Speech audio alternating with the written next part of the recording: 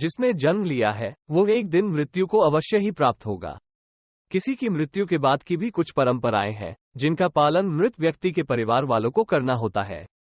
इन्हीं परंपराओं में से एक है किसी की मृत्यु के बाद घर में गरुड़ पुराण का पाठ करवाना। यहाँ जानिए गरुड़ पुराण से जुड़ी 10 खास बातें।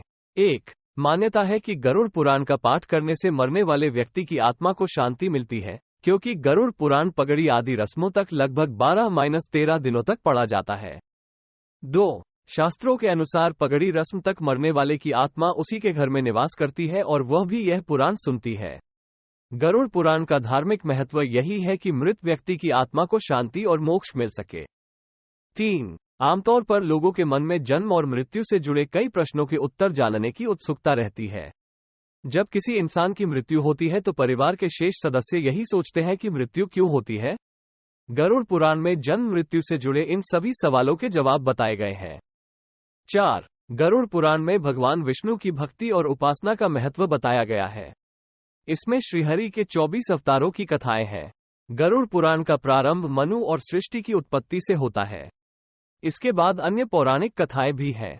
5. सूर्य, चंद्र आदि ग्रहों के मंत्र, शिव पार्वती पूजन का महत्व, इंद्र, सरस्वती और 9 शक्तियों की भी जानकारियां इस पुराण में दी गई हैं। 6. मूल गरुड़ पुराण के 2 भाग हैं। प्रथम भाग में श्रीहरि की भक्ति और उपासना का महत्व बताया गया है।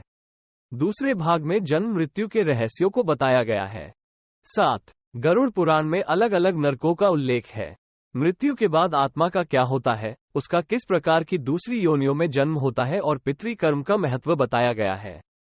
8. गरुड़ पुराण में बताए गए रहस्यों को समझने के बाद मृत व्यक्ति के परिवार वालों को दुख सहने की शक्ति मिलती है और वे जीवन में आगे बढ़ने के लिए प्रेरित होते हैं। 9. इस पुराण का ज्ञान यही प्रेरणा देता है कि हमें जीवन में अच्छे कार्य ही करना चाहिए। सभी जानते हैं कि जो जैसा कर्म करता है उसे वैसा ही फल मिलता है। यही बातें गरुड़ पुराण में बताई गई है। 10. गरुड़ पुराण के अनुसार कर्मों का फल व्यक्ति को उसके जीवन में तो मिलता ही है, साथ ही मरने के बाद भी कर्मों का अच्छा बुरा फल आत्मा को भोगना पड़ता है।